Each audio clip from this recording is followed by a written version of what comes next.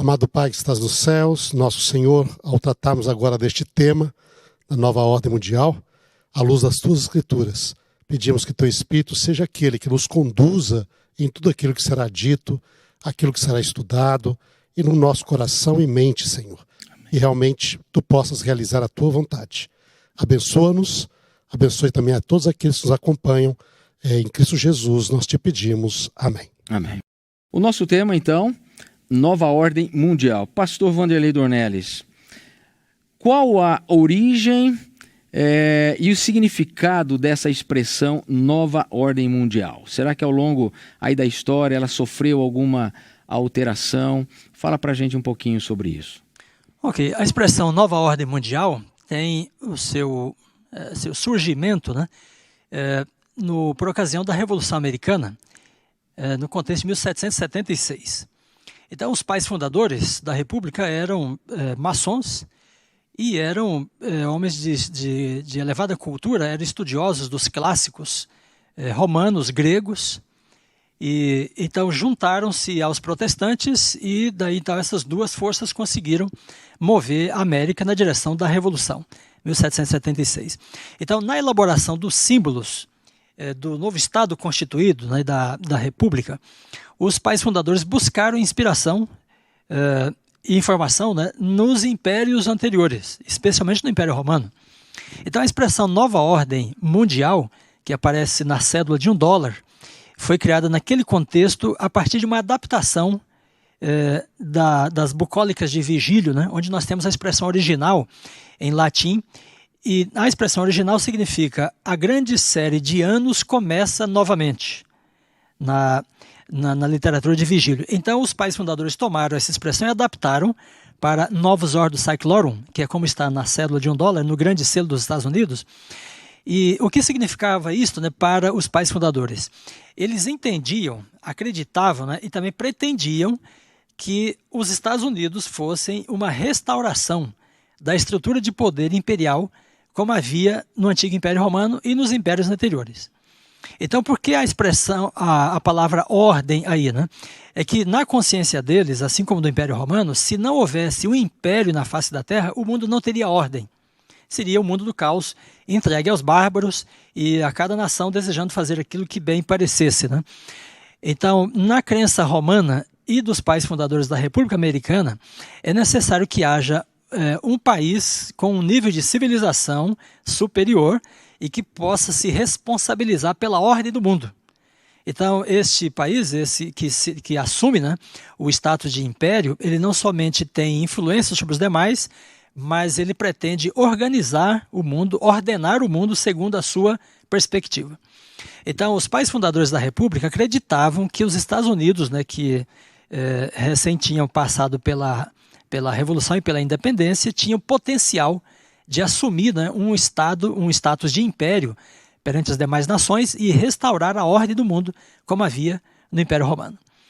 Após a Segunda Guerra Mundial, então, isto que era assim, vamos dizer, uma espécie de sonho, né, um projeto de poder dos pais fundadores e dos Estados Unidos, né, então se tornou uma realidade, porque a partir da Segunda Guerra, os Estados Unidos, em grande medida, organizaram o mundo, principalmente o Ocidente, né, segundo a sua própria perspectiva, com a influência que adquiriram sobre a Europa, né, no pós-guerra. Então, nova ordem mundial é uma expressão que está ligada diretamente ao império, ou uma condição de imperialismo, em que nós temos uma nação mais forte, que influencia as demais, ou tem nas demais, né, seus aliados, ou muitas vezes seus subalternos, no sentido da pressão, né, que eles exercem sobre essas demais, através de sanções, né, econômicas, políticas, etc. Então, a nova ordem mundial tem que ver com o poder e a organização do mundo pelos Estados Unidos, segundo sua própria ótica. Interessante. E ao longo da história, houve alguma alteração esse conceito da nova ordem mundial, pastor? Eu vou pedir ao pastor Jean, nós conversamos um pouco sobre esse assunto, ele tem informações interessantes também nessa linha, e ele vai também dar sua contribuição sobre como ao longo do tempo essa expressão tem adquirido, né, novos contornos. Ok. Nós temos na história sempre vários movimentos trabalhando a questão de conspiração. Tá? Os Estados Unidos, como falou o pastor Dornelles, ele cunhou também para si o que é chamado America Destiny, o destino da América. Então, dentro do lado cristão, protestante, a América tinha o destino de restaurar o Israel de Deus e converter o mundo. E este culminaria com o fim do milênio e volta de Jesus. Então, há ainda também este elemento. Dentro desse elemento religioso, começam a surgir agora vários grupos trabalhando através de diferentes movimentos ocultistas, sociedades secretas, criando todo esse cenário de uma conspiração mundial ligado em diferentes dessas seitas para se colocar essa nova ordem mundial. Então, além desse cenário político, também tem esse cenário mais ocultista, que aí vão surgindo vários grupos. Isso deu um novo impulso com um livro no fim da década de 40, depois da Segunda Guerra Mundial, de H.G. Wells. Ele era um novelista e ele criou todo um cenário ali onde teria um mundo sem guerras e etc., liderado pelos Estados Unidos. E foi ganhando força porque aí surgiram duas forças, Estados Unidos e União Soviética, e todo aquele contorno político. Eu creio que o senhor viveu isso, eu vivi, vai cair, como é que vai ser, como é que não vai ser. Aí entra Ronald Reagan e um monte de gente colocando, e o Reagan, ele cria que a águia, Estados Unidos, e o urso eram dois símbolos que estavam relacionados com o Apocalipse, que culminariam numa Segunda Guerra, e ele trabalhou tremendamente para terminar com a União Soviética.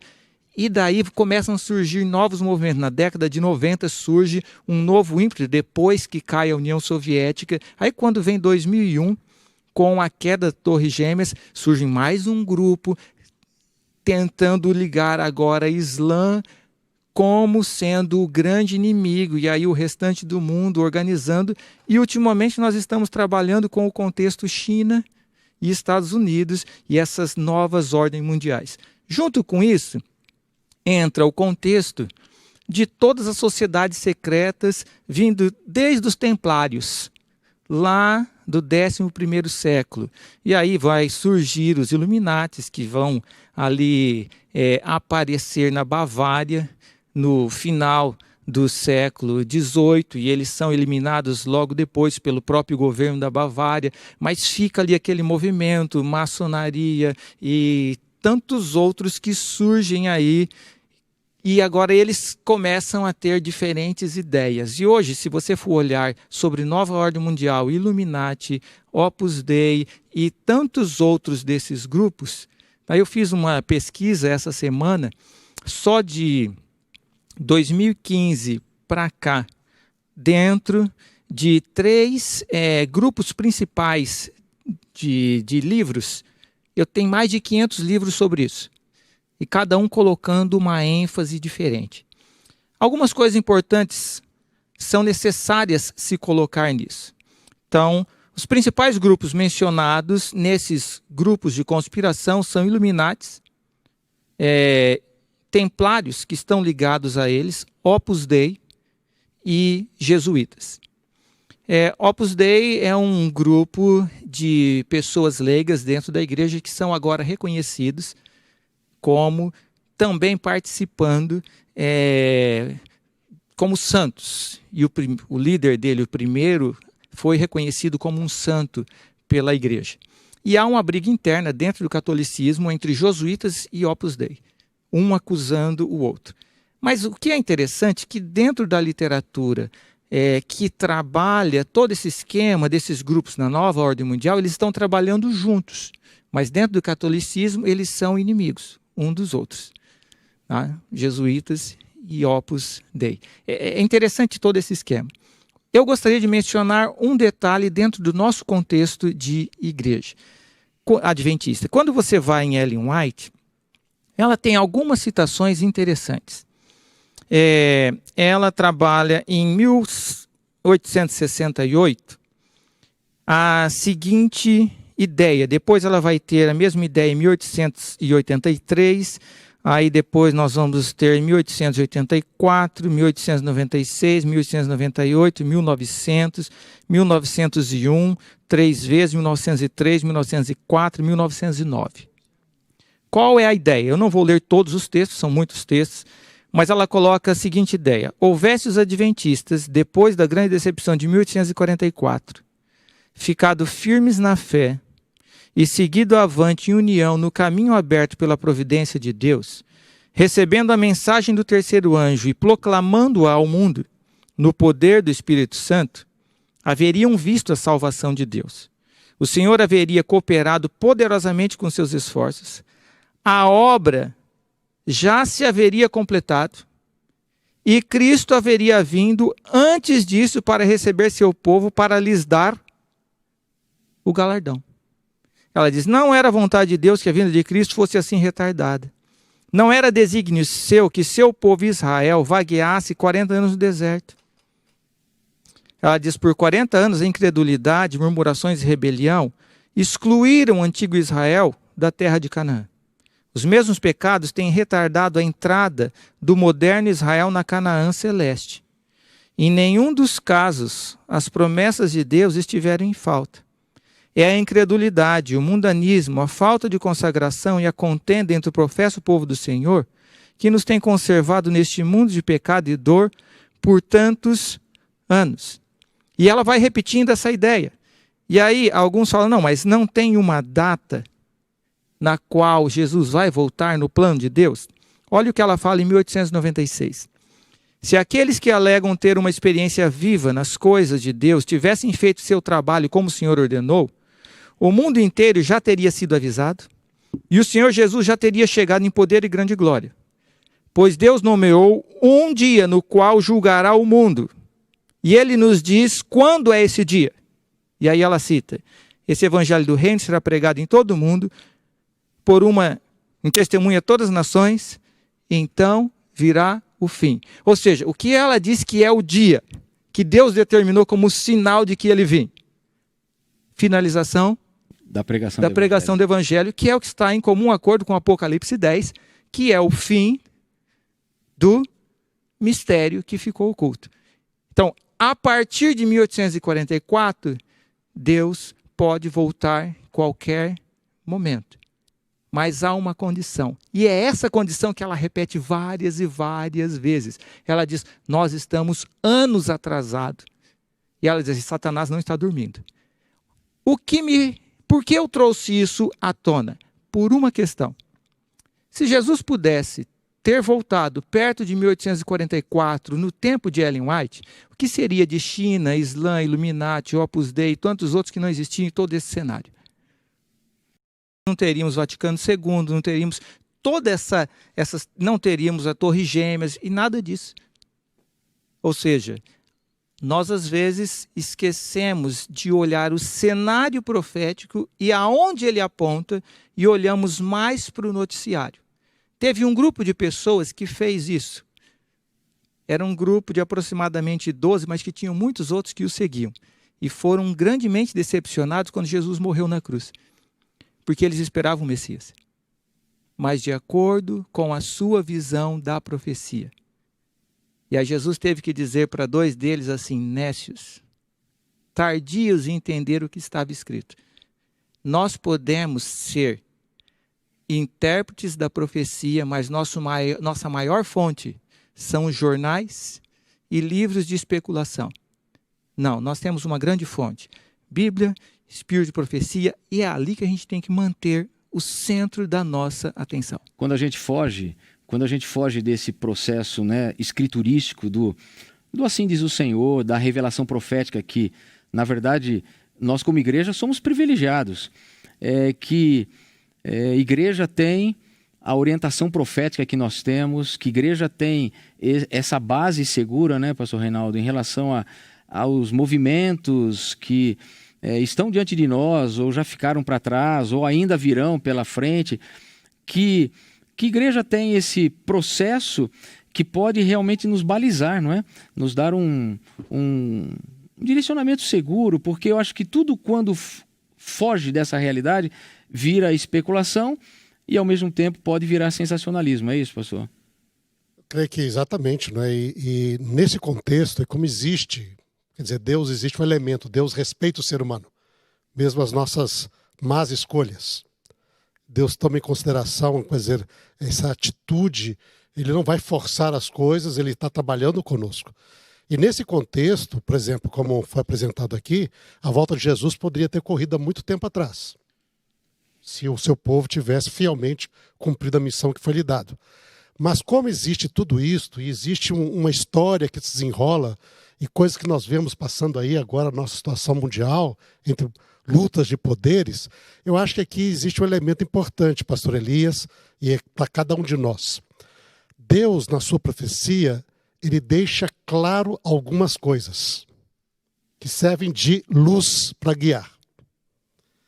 Então, aquelas coisas, evidentemente na profecia, existe muita coisa que ainda nós vamos compreender o futuro, ainda vamos entender na medida que vai acontecendo, não é? Mas alguns aspectos proféticos Deus enfatiza que fique claro. Por que Deus deixa claro alguns aspectos proféticos?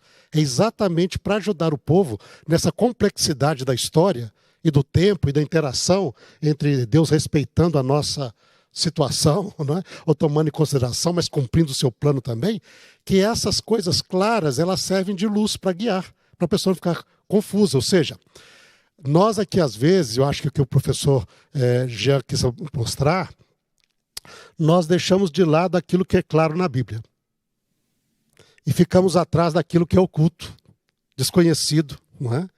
Então, a Bíblia deixa algumas coisas claras. Que poderes são realmente os poderes principais no conflito final? A Bíblia deixa isso bem claro. Deixou em Daniel e deixa também em Apocalipse. Qual que é o poder, qual que é o sinal que nós devemos esperar? Okay? A Bíblia também deixa isso claro. E agora é interessante que muitas vezes nós, nesse contexto, a gente deixa aquilo que é claro de lado e passa para aquilo que é obscuro.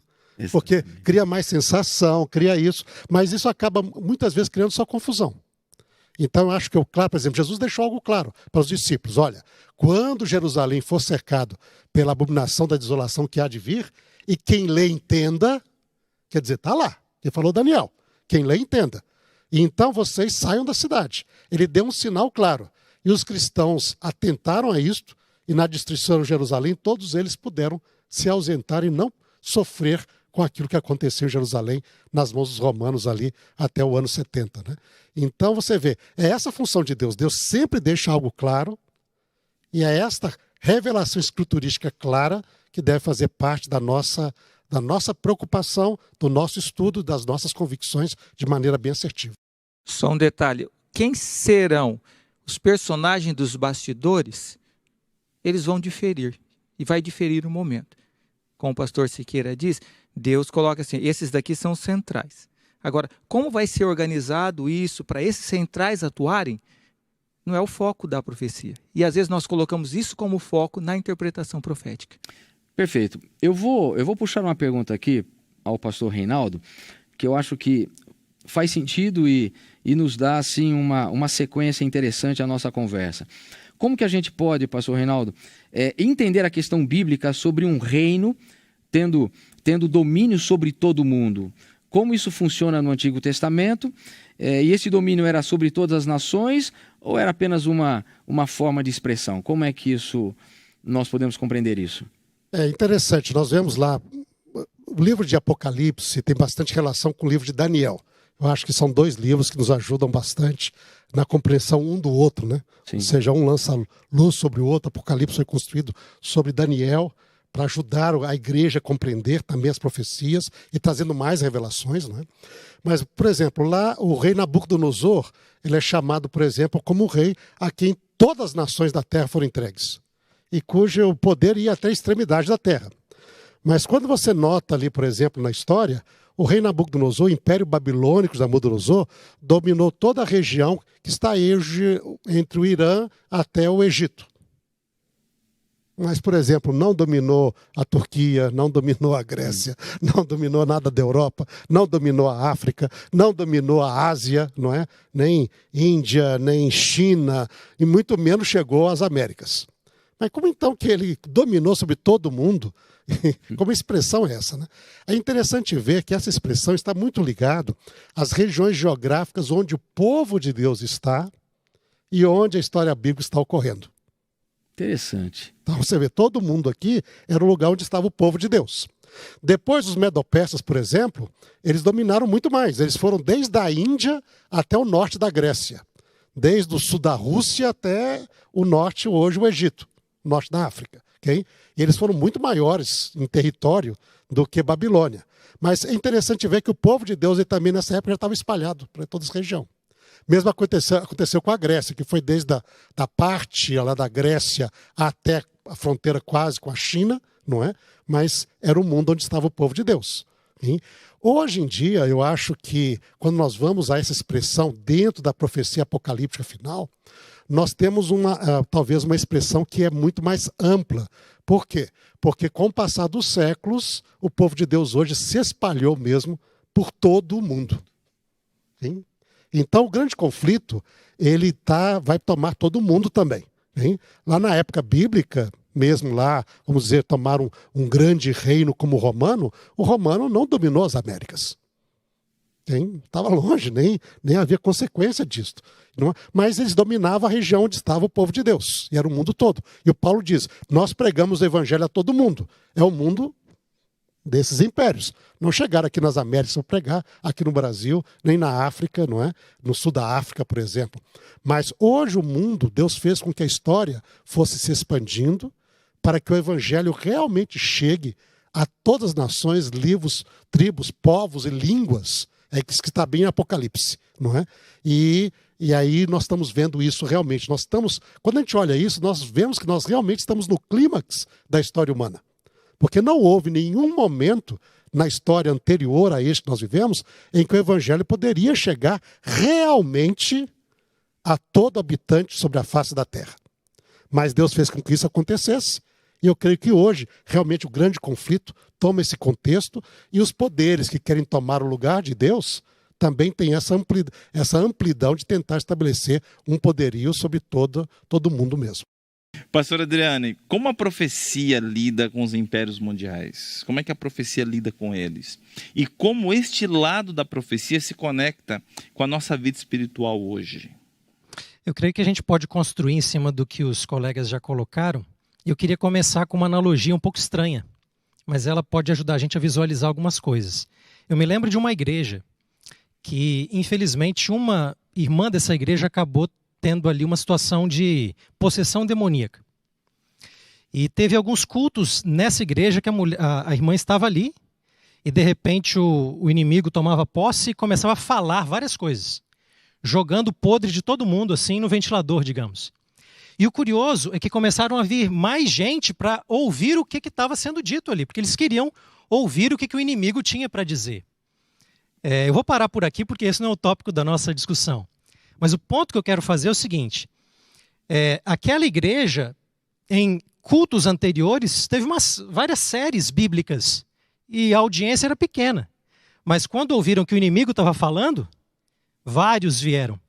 Então, me parece que existe um problema na humanidade, onde existe uma atração maior para entender as ações do inimigo do que entender as ações de Deus. Por que eu estou dizendo isso? Porque muitas vezes há uma sensação de que estudar a profecia é estudar o que grandes impérios vão fazer, o que o inimigo de Deus vai fazer, enfim. O foco está no mal, não é? Em todo um processo de conspiração. E a gente acaba esquecendo, quando a gente entra nesse tipo de coisa, que a profecia não serve para gerar curiosidade sobre as ações do mal. Muito pelo contrário. A profecia serve para dizer para nós que Deus está no controle de todas as coisas. Foi assim com Daniel, por exemplo. Foi assim com João. Ambos estavam num contexto de uma ordem mundial, se a gente puder usar essa linguagem, né? Impérios que organizavam a sociedade da época. Daniel no exílio babilônico. João na época de um império romano assolador e forte. O povo de Deus, Israel, exilado. O povo cristão, na época de João também, sem saber o que fazer nesse momento de perseguição. E vem a revelação divina dizendo: vocês estão passando por dificuldades, mas tenham bom ânimo, porque Deus está no controle de todas as coisas. E é com base nesse tipo de crença que, desde o início do livro de Daniel, Daniel e seus amigos não vão se render à ordem mundial dos seus dias, né? O livro começa dizendo que Deus foi aquele que permitiu que essas coisas acontecessem. E Deus continuaria guiando com os impérios que sucederiam, né, todas as coisas ali. O livro de Apocalipse, por exemplo, começa... Apocalipse não é uma revelação meramente de forças do inimigo. O Apocalipse é a revelação de Jesus Cristo. Então, se no livro de Daniel, por exemplo, ou no livro de Apocalipse, eu estou mais atraído por aquilo que o inimigo faz nessas páginas do que aquilo que Deus está fazendo, alguma coisa está errada com a minha leitura. Porque a leitura tem como foco primordial o controle que Deus tem da situação. Jesus reina no livro de Apocalipse. Embora João esteja experimentando uma situação difícil diante do reino vigente, há um rei no céu, né, que se revela a ele. É revelação não apenas de Jesus Cristo no sentido de ser uma revelação da parte de Jesus Cristo, a partir dele, mas é uma revelação do próprio Cristo também, que vai se revelando às igrejas. Então, eu creio que esse elemento é muito importante. A profecia, ela renova a minha fé, não porque meu foco vai estar no conhecimento das ações do inimigo, embora seja importante eu conhecer as ações do inimigo no contexto do grande conflito, e Deus vai revelar. Deus vai revelar a estrutura das nações em Daniel, colocando uma sequência, como os pastores já colocaram aqui, uma sequência clara da Babilônia, Medo-Pérsia, Grécia. Eles são nomeados, inclusive, a gente sabe, não é? Vamos para o Apocalipse, existe uma trindade contrafeita ali, o dragão, a besta do mar, o anticristo, não é? A besta da terra, ali, o falso profeta. Eles vão trabalhar firmes, mas eles não são os protagonistas desses livros. O protagonista é Deus, e é por meio desse estudo que nós vamos ter uma fé revigorada nos últimos dias, não é? Só para fechar minha fala aqui, quando nós interpretamos a profecia, nós fazemos mais ou menos 2 tipos de interpretação. Uma interpretação ela é textual, dos livros bíblicos, e uma interpretação da realidade, da história, das notícias e tudo mais, faz parte. A gente ficar atento ao que está se passando, não é? Ellen White também traz esses elementos. Mas quando a gente coloca os dois, qual que é o mais importante? É a palavra de Deus. Porque é dela que nós vamos ter forças para entender, não é, os planos divinos, o caráter de Deus. E aqui que está o reavivamento. Só que, novamente, vem de novo a tendência lá da história que eu coloquei no início. Há uma atração maior pelo sensacionalismo da realidade, digamos assim, do que pode ocorrer, do que discutirmos mais a estrutura do livro de Daniel, a estrutura do livro de Apocalipse, como nós entendemos melhor os textos, as passagens, para observarmos qual é o plano de Deus para a nossa vida. É aqui que está o nosso reavivamento. E eu vou aproveitar então esse gancho que você colocou de maneira assim muito apropriada, e eu quero fazer uma pergunta ao pastor Wanderley Dornelles. Em relação a essa estrutura, não é? Existe no Apocalipse, pastor, essa estrutura de poder dos reinos apresentados? Eu queria que você apresentasse alguma coisa para a gente aí sobre esse processo dentro desse contexto que nós estamos discutindo aí da nova ordem mundial. Pois não, pastor Elias. Bem, tomando o nosso tema geral, né, nova ordem mundial, em geral as pessoas pensam, né, em um governo mundial. Essa expressão até tem sido usada agora no contexto da pandemia, né, como se o mundo estivesse de tal forma desorganizado e inseguro que um governo mundial seria necessário. Então, muita gente olha às vezes para a Europa, para a ONU, né, então pensam que a partir dali as nações podem se entender, né, e eleger, nomear, né, um governo mundial. E muitas pessoas, ao pensarem também na questão de imperialismo, pensam que os Estados Unidos ou um império, né, pode eventualmente governar sobre a Terra. Então, será que a Bíblia dá esta perspectiva para nós? Então, eu gostaria de mencionar algumas questões que podem ser assim um pouco conjecturais, mas podem nos ajudar de alguma maneira, né, a entender essa questão atual. Então, por exemplo, se nós tomarmos o livro do profeta Daniel, no capítulo 2, então ele interpretando o sonho, né, da estátua, então ele fala no singular, né, em relação ao que representa a cabeça, os ombros e o quadril da estátua. Então ele diz no verso 37, né, tu, ó rei, és a cabeça de ouro. Né? Depois ele diz, depois de ti se levantará um outro reino, versículo 39, no singular. Né? O quarto reino será, então ele usa aqui no singular, do primeiro ao quarto reino, representados aí pelas primeiras partes da estátua. Mas quando ele se concentra então nos pés da estátua, aí ele muda. Em vez de falar no singular, aí ele fala no plural. Desses reis. Então no versículo 2:44 ele diz, mas nos dias destes reis, que ele já havia definido anteriormente, né, serão uns fracos e outros fortes. Né? Assim como o barro e o ferro não se misturam, ele diz, eles também não vão se juntar, mas haverá neles alguma coisa da firmeza, né, dessa mistura do barro com o ferro. Mas interessante então perceber aqui esta pluralidade, né, relacionada com os últimos dias, porque ele diz, nos dias destes reis, no plural, o Deus do céu vai estabelecer o seu reino. Então ele não está falando aqui dos últimos dias, antecedentes ao estabelecimento do reino de Deus, com a volta de Cristo, né, de um rei, um império que vai governar sobre os demais. Mas ele fala de reis, né? Ele diz que vai haver uma certa unidade entre eles. Ele usa a expressão casamento, inclusive. Se a gente pensar no significado de casamento, biblicamente, né, são duas entidades, duas identidades, né, que se juntam, formando uma só carne, mas permanecem sendo duas pessoas. Muito bem, quando vamos para o Apocalipse, nós temos essa pluralidade também. Porque veja, no capítulo 16, versículos 13, né, e 14, então ele fala dos 3 espíritos que saem da boca do dragão, da besta e do falso profeta. Então os 3 espíritos aqui que saem destas entidades, né, devem ser entendidos como sendo as religiões que provêm dos impérios aí representados. Então o Império Romano, o Império dos Papas e o Império Americano. Pois bem, então no versículo 14 ele diz, os espíritos se dirigem aos reis do mundo inteiro. Então agora no plural também, assim como no caso de Daniel. Né? Então se nós entendermos que aqui é o relato do Armagedon, e aí o poder religioso, né, as religiões vão em busca do poder civil, poder político, então esse poder está dado aqui no plural, os reis do mundo inteiro. No capítulo 13 também, aí nós temos essa pluralidade. Veja, no relato da segunda besta, que emerge da terra, então no versículo 14, né, então diz que ela seduz os que habitam sobre a terra e diz aos que habitam sobre a terra para que façam uma imagem à besta. Então, ou seja, se a besta que sobe da terra, que está relacionada com os Estados Unidos, né, então nos Estados Unidos vier a ocorrer a união de igreja e Estado, né, para formar a imagem da besta, então está dizendo que as pessoas que habitam sobre a terra são também encorajadas a formarem uma imagem à besta. Ou seja, o mesmo fenômeno a tomar lugar nos Estados Unidos, dando espaço, né, no governo para a religião, então isso também deve ocorrer nos demais reinos, no restante da terra. Então, novamente, a ideia de pluralidade. Quando voltamos ao capítulo 16, então veja, os espíritos se dirigem aos reis, né, no plural. Aí no capítulo 17, é uma visão que explica a sexta praga. A sexta praga é a queda de Babilônia. Aí os capítulos 17 e 18 são um detalhamento, né, desta queda, como ela vai ocorrer.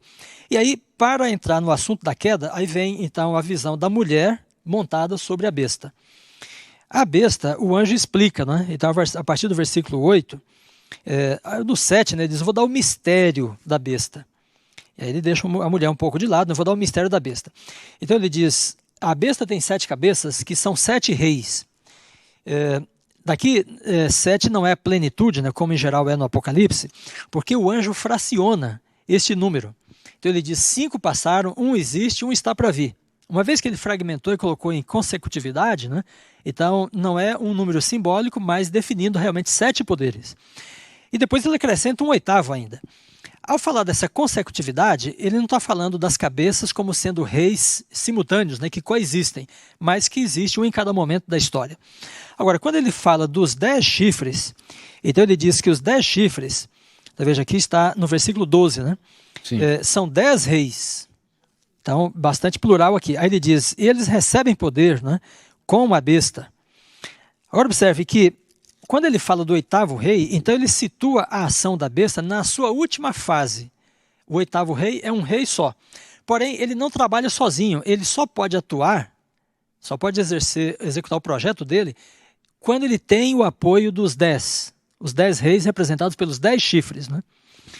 E para confirmar que eles trabalham juntos, veja aí no versículo 16, ele diz: os 10 chifres e a besta, estes odiarão a meretriz. Então aí agora a besta, que representa o império, e os 10 reis, né, que devem representar, portanto, os aliados do império, aqueles que entram em ação junto com ele, né? Então, eles juntos, a besta, o império e os seus aliados, ou subordinados, né, oferecem o seu poder à mulher. E a mulher governa sobre eles, né? Então, no capítulo 18, ela diz: estou sentada como rainha. Então, no momento que ela domina sobre os reis, sobre a besta, que é o império, e sobre os reis, que são os associados ou aliados do império, então ela governa sobre eles, né? Porém, ela faz isso até certo ponto, porque chega um momento em que eles se revoltam contra ela, há uma reviravolta, é o que ocorre na sexta praga, né? E então eles a julgam, a odeiam e a destroem. Então, o império mais os seus aliados. Quantos são os aliados? Aqui 10 deve ser entendido, né, como um número simbólico. Embora em Daniel 7, né, o 10 das cabeças do quarto animal sejam as 10 nações da Europa, né, e daí eles são fragmentados também, assim como o 7 das cabeças, né, porque lá o anjo diz a Daniel assim: vai surgir um chifre pequeno no meio da cabeça do quarto animal e 3 dos anteriores vão cair. Então ficam 7. Mas o que se levanta é um distinto destes. Então, os 10 lá podem ser uma referência direta às 10 nações europeias, que trabalham junto com o papado na Idade Média. Mas os 10 aqui na cabeça da besta são uma representação dos poderes, né, ou dos reis, que se juntam ao império em diferentes fases da história.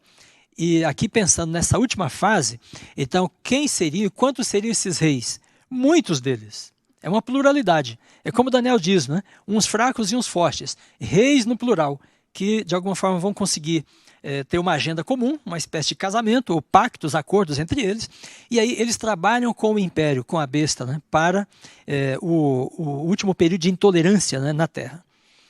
Então, esses parecem ser alguns pontos, né, sugestivos para nós de uma estrutura de poder nos últimos dias.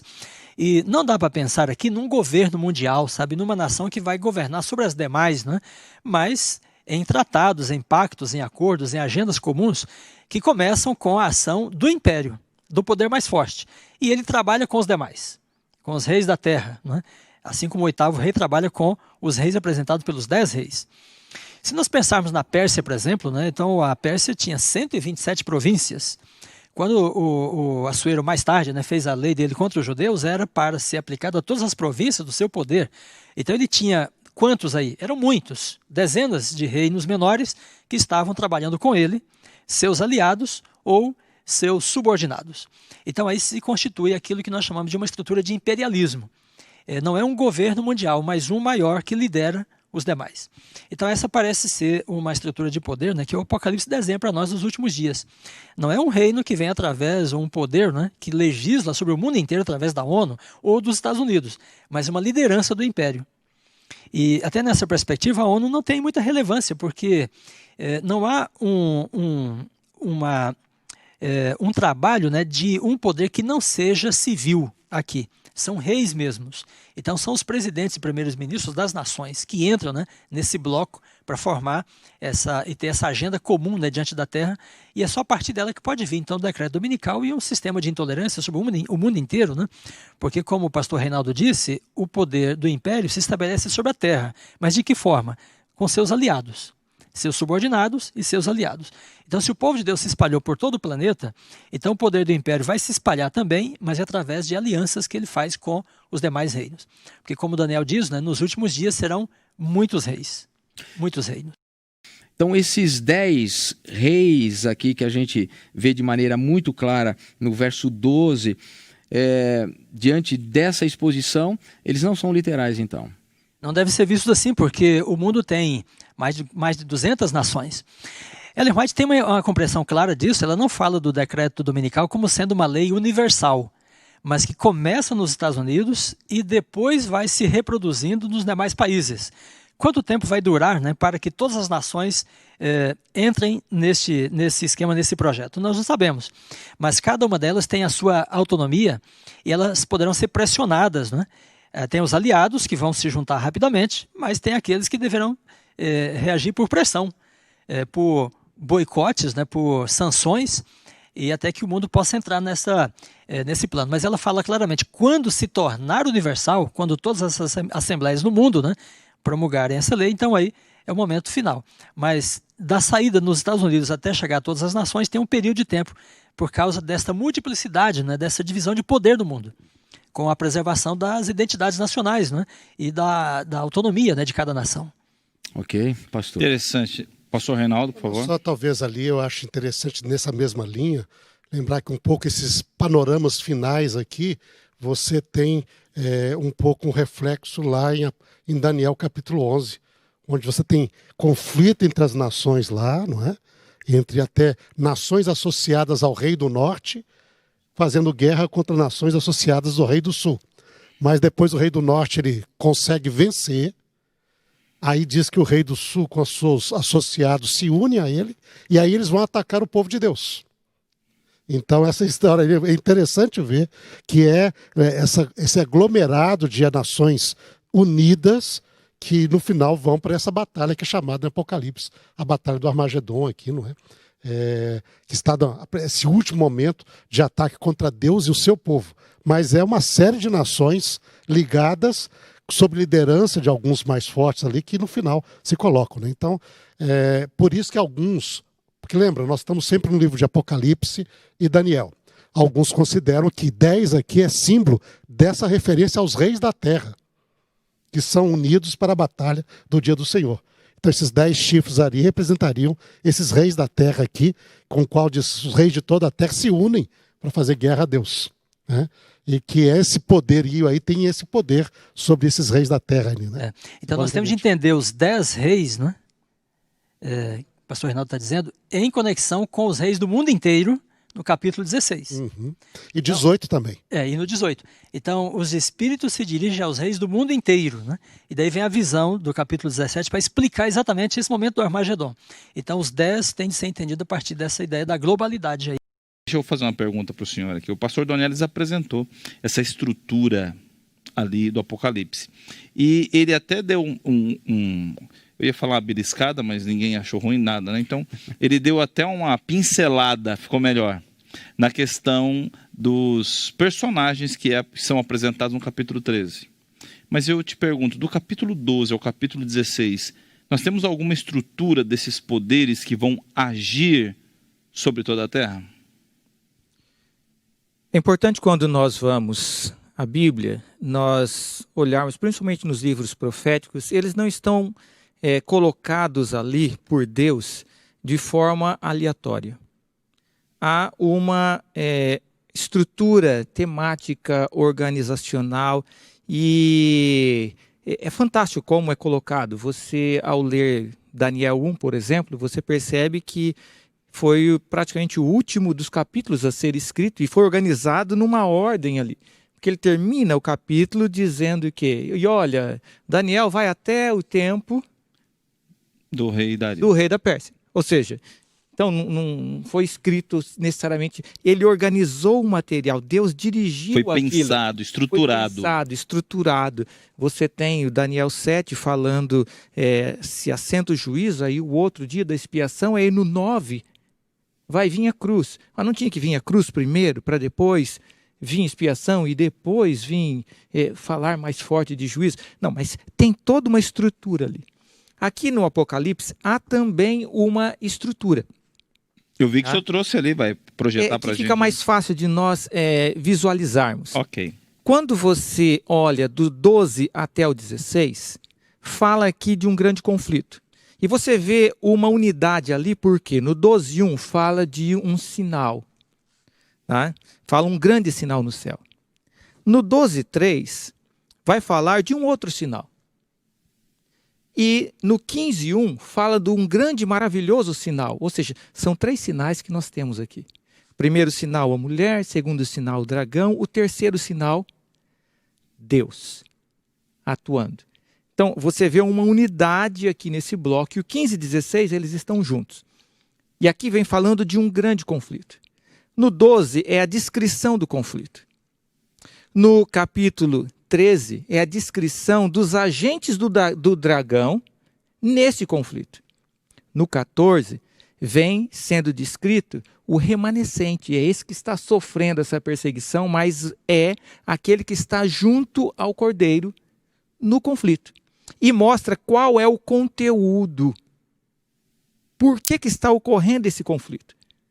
Então, por isso que o 14, ali, as 3 mensagens angélicas, é o ponto-chave.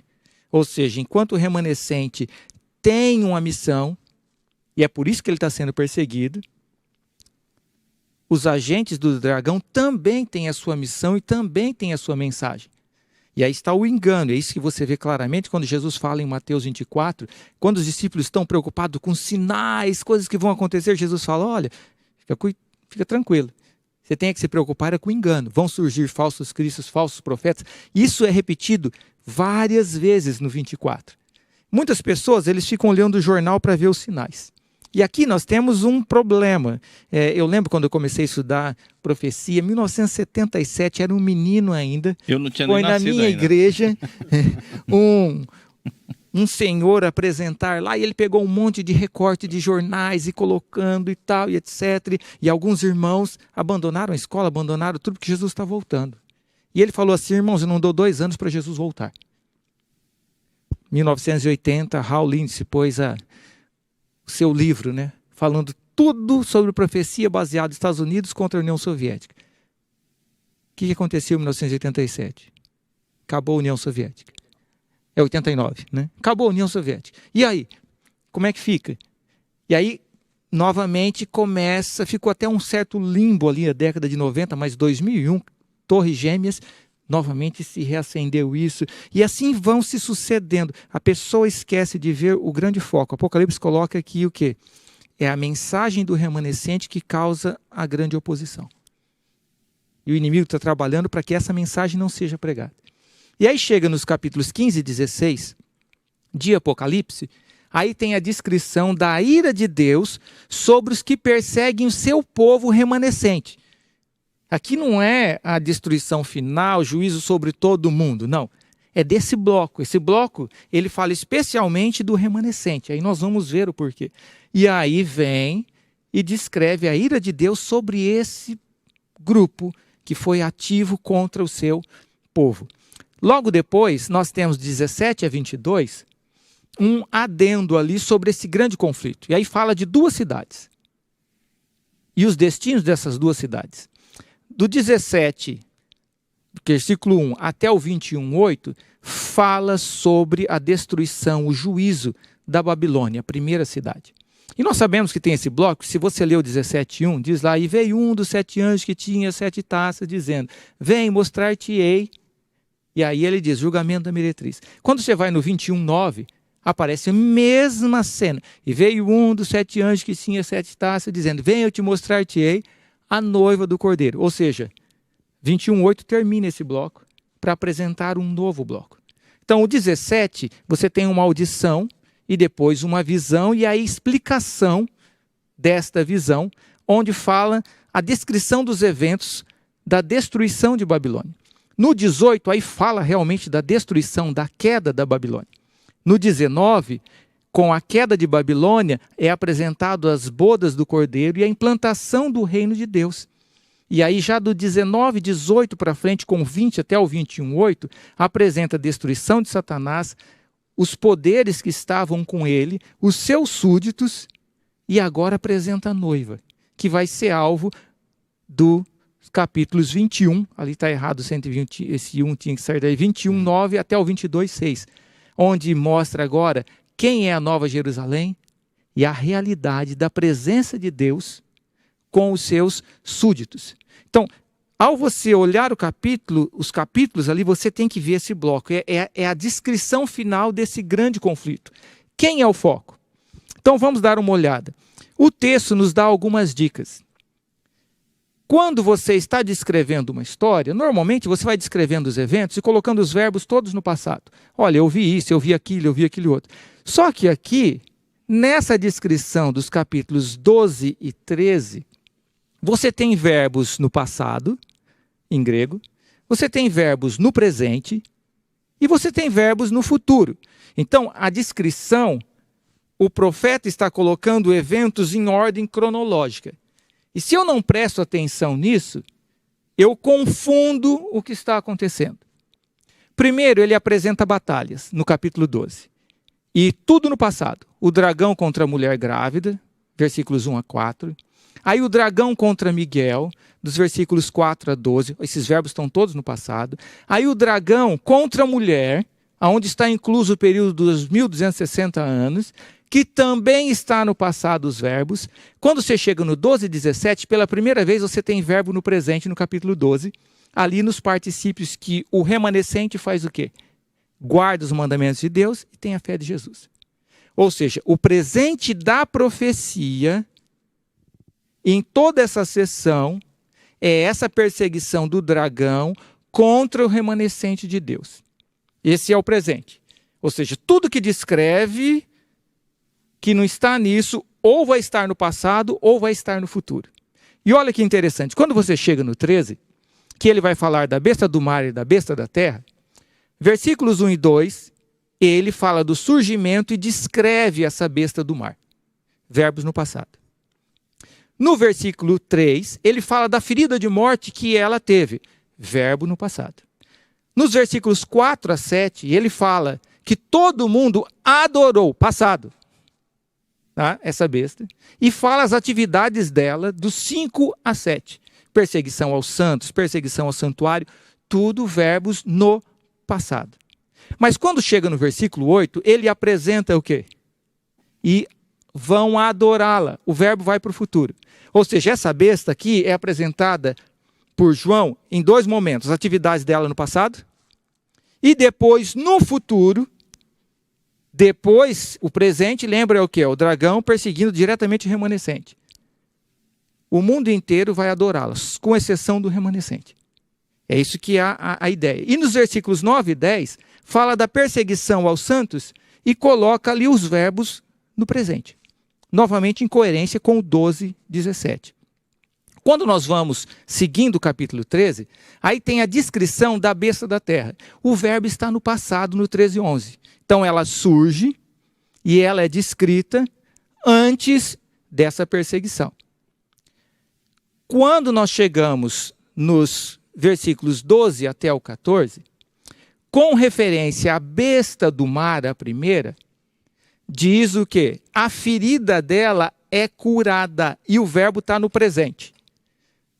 Ou seja, lembra que anteriormente no versículo 3 teve a ferida no passado. Agora, no versículo 13 aqui, não, a ferida já foi curada. Então, o verbo está no presente ali, é aquele momento.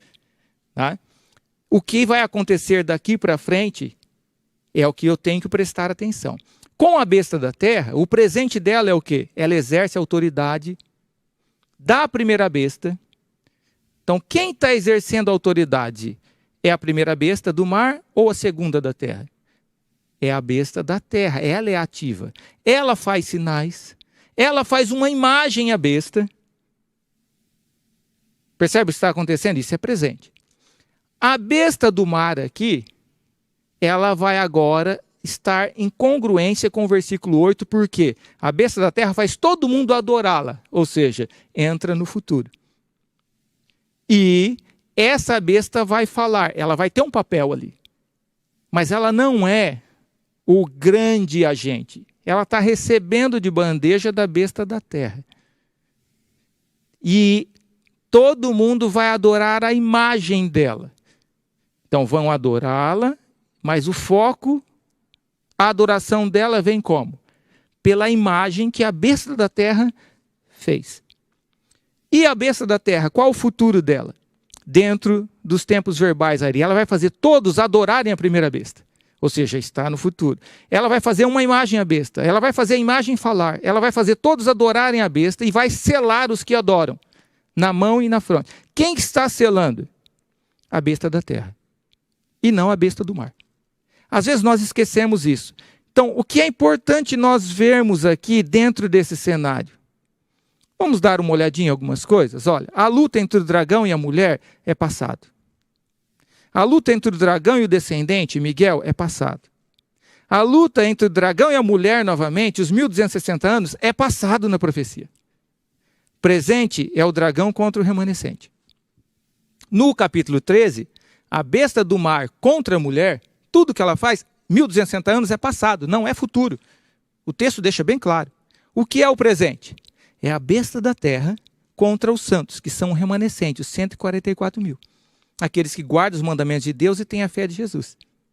E o que é futuro? É a marca que vai receber. Quando nós olhamos esse contexto de tempo e estrutura, nós já chegamos no momento em que a besta da terra está sendo usada por Satanás para perseguir os santos? Não chegamos nesse momento.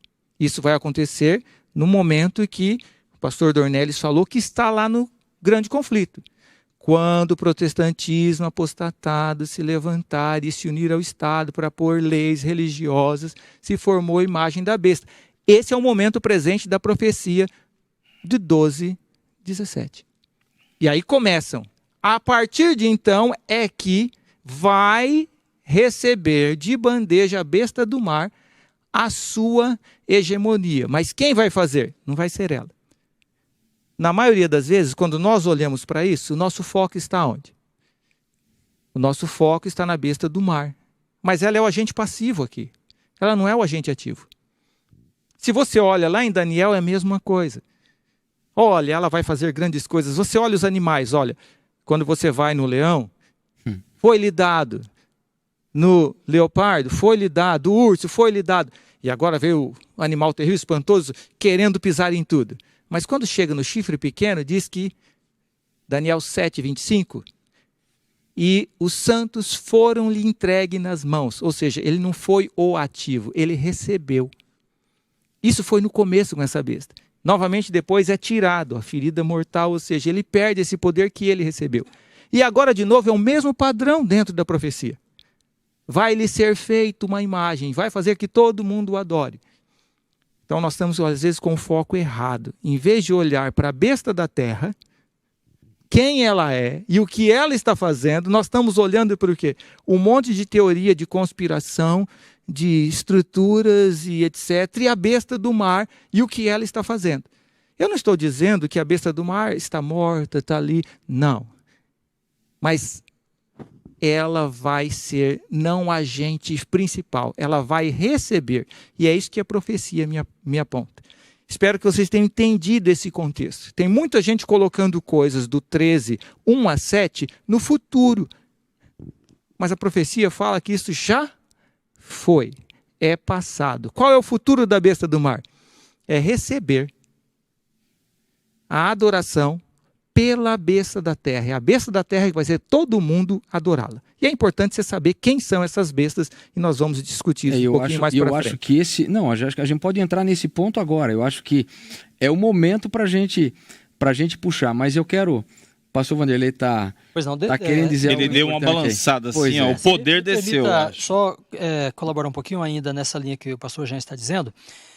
Veja, no versículo 13, 15, diz assim: e foi-lhe dado comunicar fôlego à imagem da besta, para que a imagem falasse e fizesse morrer. Então é interessante que aqui em Apocalipse 13, 11-18, você tem a segunda visão do capítulo 13, e como o Jean estava dizendo, há um poder que está em ação aí. Não é a besta, é a besta que sobe da terra. Ela inicialmente atua como um falso profeta. Então ela opera sinais, ela seduz, leva as pessoas a adorarem. No versículo 15, então, tem uma transição para as ações, uma transição das ações do falso profeta para a imagem da besta. Agora veja que curioso, porque a imagem dada aqui é bem sugestiva. Diz assim: foi-lhe dado comunicar fôlego à imagem, para que a imagem falasse. Isso aqui nos faz lembrar da criação, Então estava lá o boneco Adão sem vida, e aí Deus comunica fôlego, E aí Adão se levanta como a imagem de Deus. Adão pode falar, pode viver, Então, tem uma coisa morta aqui, neste contexto, no capítulo 13. E essa coisa vai voltar à vida, porque diz, ela foi ferida de morte, mas a ferida é curada. Só que quando a ferida é curada e aquilo que estava morto volta a viver, não volta a besta. Quem é que atua de fato? É a imagem da besta. Profeta. É o falso profeta. É a estrutura, é essa outra estrutura de poder. Agora, se a gente pensar melhor no que é de fato a besta, né, talvez a gente consiga entender melhor isso. Porque a besta vem e volta, né, ela sobe do abismo e depois ela volta para o abismo. E a gente tem uma dificuldade porque relacionamos a besta com o papado. Mas o papado não é a besta, o papado é uma das cabeças dela. Porque, inclusive, no 13:3, né, ele diz assim, e vi uma de suas cabeças ferida. Quando uma das cabeças é ferida, a besta não pode mais agir, mas ela tem mais 6 cabeças. É que cada cabeça atua num momento, né? Bom, só que quando ele diz que ela vai voltar, ele não está dizendo que volta aquela cabeça. Ele está dizendo que a besta volta a agir. Mas depois ele fala, olha, na verdade, volta a imagem dela. A estrutura de poder exercida na Idade Média, na Europa, ela volta em outra geografia, em outro momento. Por isso ele chama de imagem da besta, ou seja, é algo que se parece com aquilo que estava. Agora, o que é a imagem? Ellen White tem coisas que ela explica bem claramente, né, e ela entende aquilo que quer explicar. Se você pegar o Grande Conflito, na página 440 em diante ali, ela fala assim, o que é a imagem e como será ela formada? Então ela diz, a imagem será formada quando as igrejas influenciarem o Estado. Aí vem a imagem de Apocalipse 17, a mulher montada sobre a besta, né? Então as igrejas, o poder religioso, se aproxima do Estado e consegue influenciar, dominar o Estado. A gente pode se lembrar de Jezabel também, ela era uma sacerdotisa pagã. Ela casa-se com o rei Acabe e ela domina sobre Acabe. Acabe era o rei, né? Mas quem mandava era a rainha, Jezabel. Então aqui, o rei, né, o 8º rei, a imagem da besta, é de fato o poder político, né, dominante. Mas quando ele é seduzido pelo poder religioso, o poder religioso domina sobre ele. Mas não é o catolicismo, aqui são as igrejas protestantes. E o catolicismo entra, né, nesse jogo com o poder através das igrejas protestantes. Então, para Ellen White está muito claro. Então, como o Jean está dizendo, nós não olhamos para a Europa. Nós olhamos para a Europa através da América, né? Porque a América que é a região da Terra, né, onde a mulher foi abrigada ao final dos 1260 anos e onde surge, né, essa nova besta e onde surge a imagem da besta. Pastor, acho que é interessante, eu gostaria até que o pastor Reinaldo, sei que vai ter uma pergunta para ele, que ele comentasse um pouco sobre essa questão do tempo. O pastor Jean falou muito bem, passado, presente e futuro, mas esse passado, presente e futuro é na perspectiva de quem? Que pode pensar, não, é na minha perspectiva, então é o meu passado, é o meu presente, é o meu futuro. De quem é essa perspectiva de passado, presente e futuro? E é o que eu gostaria que o senhor comentasse, quem sabe agora ou mais à frente, pastor.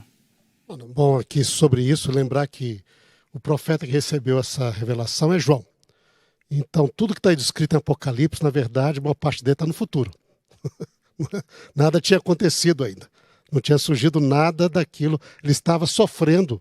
Quer dizer, nada acontecido. Ele estava sofrendo sobre já uma manifestação deste poder que aparece em Daniel, não é?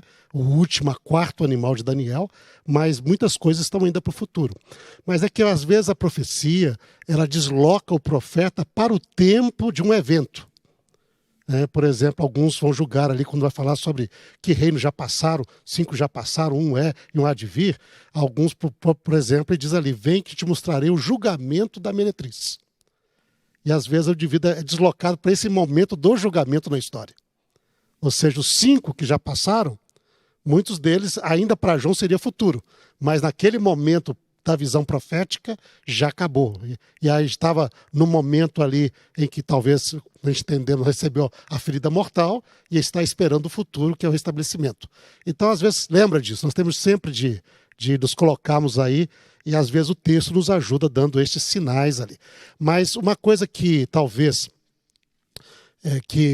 a sua preocupação, pastor Hernani, é que muita gente às vezes olha para a questão e está querendo algo aqui para, né, como vai aparecer, influenciado muito na nossa cultura popular. Por exemplo, uma pergunta que eu vejo ali é quando que vai aparecer o anticristo? Né, pastor? Nossa, que momento vai aparecer esse indivíduo que é meio filho de Satanás e que vai ser um político que vai fazer isso.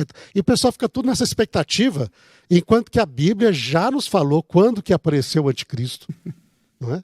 Para João era futuro, para nós agora é passado, porque diz que o poder que representa o anticristo, ele aparece quando cai o Império Romano. Aparece 10 reinos e aparece o chamado chifre pequeno.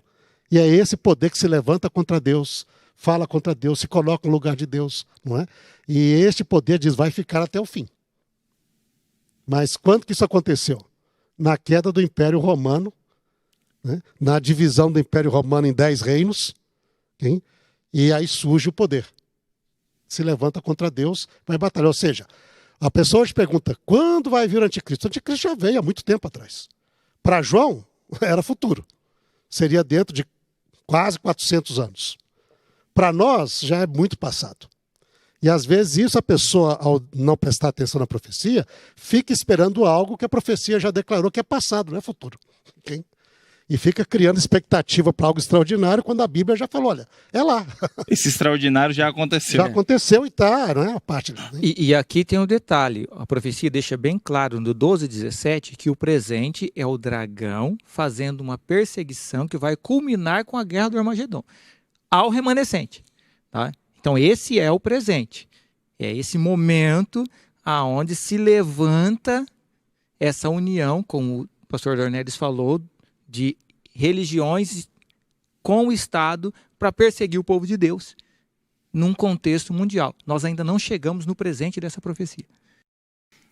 Pastor Dornelles comentou muito sobre essa questão da besta do mar, besta da terra. Elas desenvolvem um papel muito importante. Uma mais, outra menos, as duas juntas, enfim. Vamos identificar um pouquinho melhor esse conceito da besta que emergiu do mar.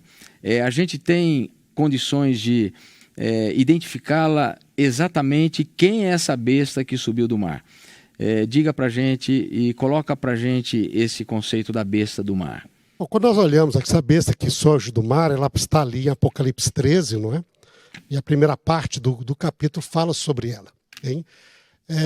E você tem aqui um paralelo entre Apocalipse e Daniel. Hein? Lembrar que o livro de Daniel é uma parte importante do livro de Apocalipse.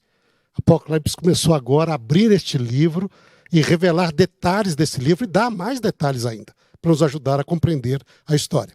Quando nós chegamos a ver esta besta, diz, vi emergir do mar uma besta que tinha 10 chifres, 7 cabeças, e sobre os chifres 10 diademas, não é? Sobre as cabeças nome de blasfêmia.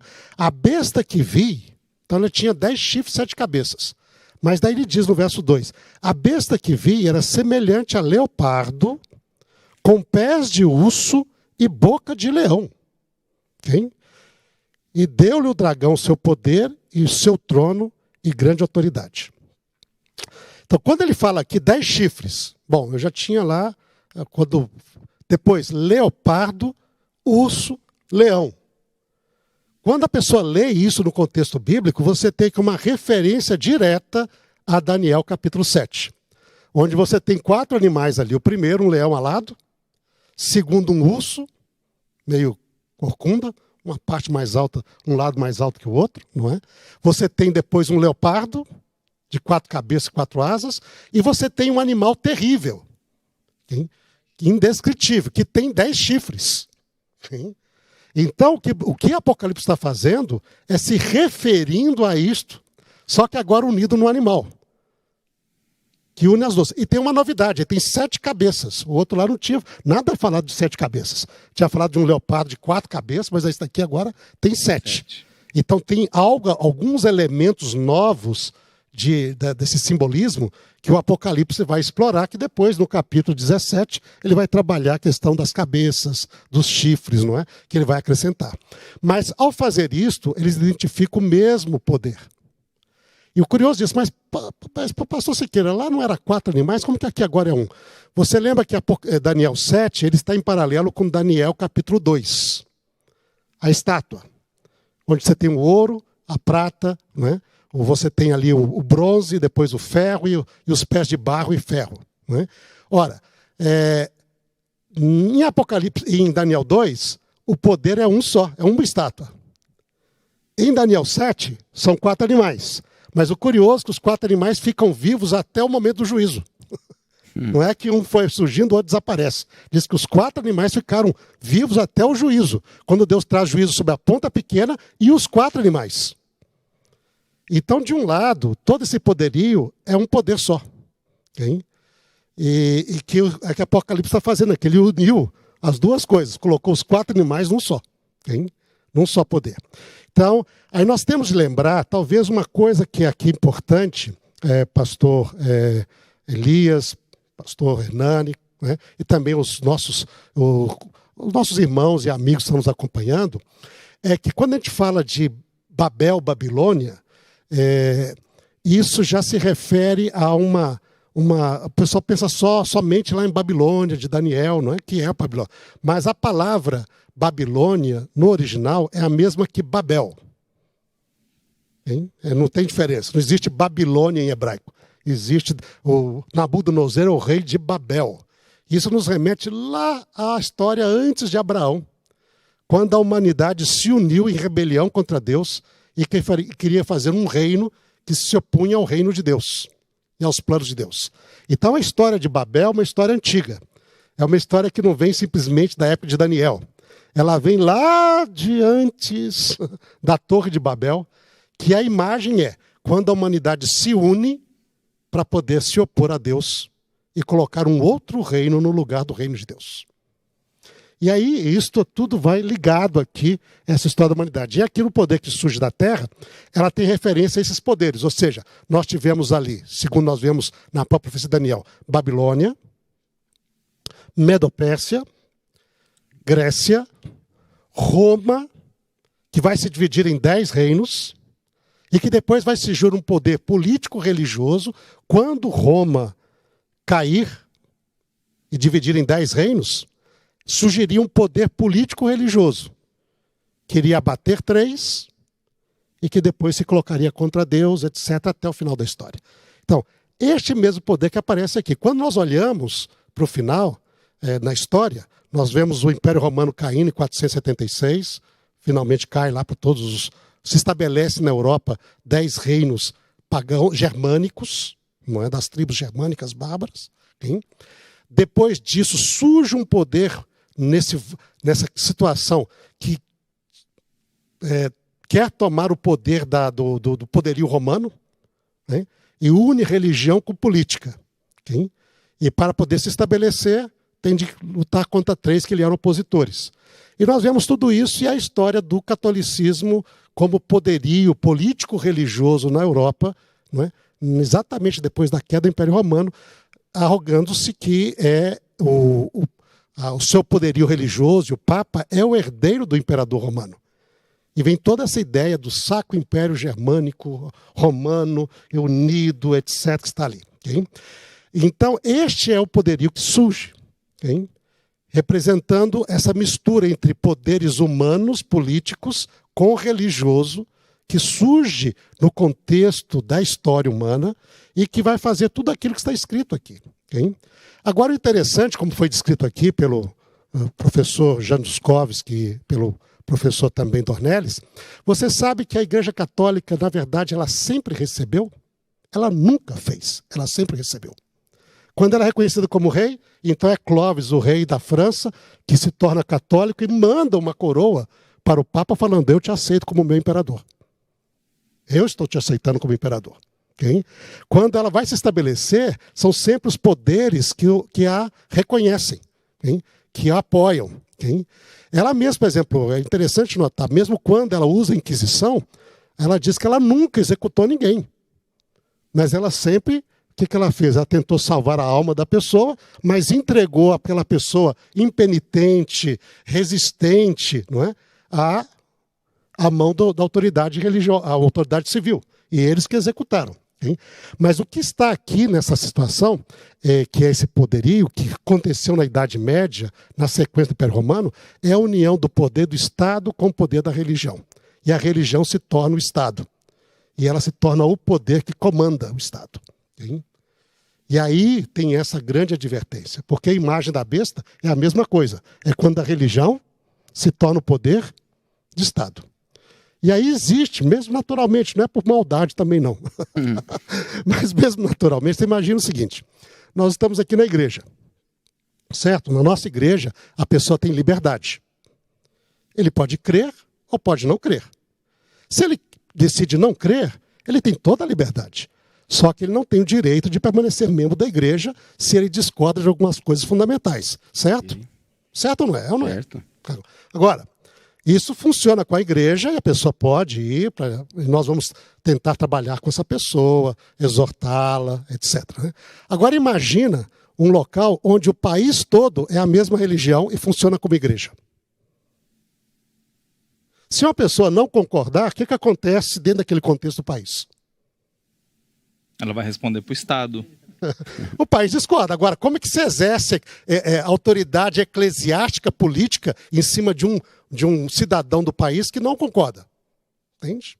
Então, esse é o problema da religião que assume a função também do Estado.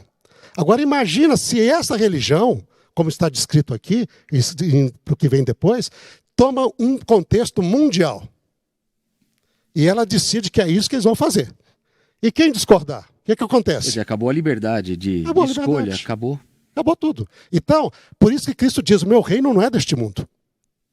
O problema é, quando a política e a religião se unem, não há liberdade religiosa. Em país nenhum, em religião nenhuma. Não existe. A liberdade religiosa, ela só existe quando nós consideramos que as pessoas têm a sua liberdade de crer ou não crer, vão responder diante de Deus, mas nós aqui estamos pregando, nós estamos trabalhando para controlar o poder deste mundo. Okay? E esta situação, esse poder existe na Idade Média, ele surge.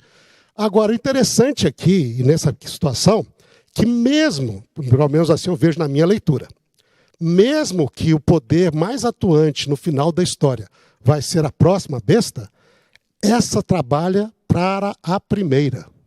Porque diz, ela exerce todo o poder diante da primeira besta. Ela faz uma imagem à primeira besta. Ela obriga que os habitantes da terra adorem a primeira. Então, e no texto, é ela quem recebe o poder do dragão.